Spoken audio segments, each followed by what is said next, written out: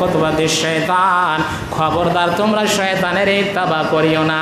তোমাকে আজকে শয়তানে ছুটি দিবে, তোমাকে শয়তানে বলবে চলো বেগটা উঠাও, চলো টাকাটা বের করো, ছেলে পিলেকে নিয়ে গিয়ে তাদের পূজা মণ্ডপে শরীক হয়ে যাও, সব সময় তোমাকে উস্কাই দিয়ে থাকবে। এই জন্য আল্লাহ বলছেন ওয়ালা তাত্তাবিউ খুতওয়াতিশ শয়তান, বান্দারে খবরদার তোমরা শয়তানের ইত্তেবা করিও না, শয়তানের চক্রান্ত পড়িও না। ইন্নাহু লাকুম আদুউম মুবিন, নিশ্চয় শয়তান হচ্ছে মানুষের প্রকাশ্য দুশমন, নিশ্চয় শয়তান হচ্ছে মানুষের দুশমন, নিশ্চয় শয়তান হচ্ছে মানুষের দুশমন। তাহলে শয়তানকে যদি আমরা জায়গা দিই তাহলে আমরা অবশ্যই যাব। শয়তানকে যদি আমি সরিয়ে রাখি তাহলে আমরা বেঁচে যাব।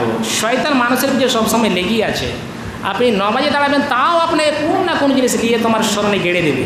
আল্লাহ তখন তাকে তাকাত দিয়েছে, ক্ষমতা দিয়েছে শ্রোতাবিন্দু, কিন্তু আল্লাহ বলেছেন আমার যেটা খাঁটি বান্দা হবে তুমি তাকে পথভ্রষ্ট করতে পারবে না। আল্লাহ তো দিয়েছে ওকে টাকা, তো তোমাকে কোশিশ করবে, কিন্তু তোমাকে তো বাঁচতে হবে, তোমাকে তো বাঁচতে হবে। তোমার নফসের ইত্তেবা তোমাকে করতে হবে না, যেটা মন চাইবে সেটা তোমাকে করতে হবে না, তোমাকে সেই জিনিস থেকে বাঁচতে হবে। যাই হোক।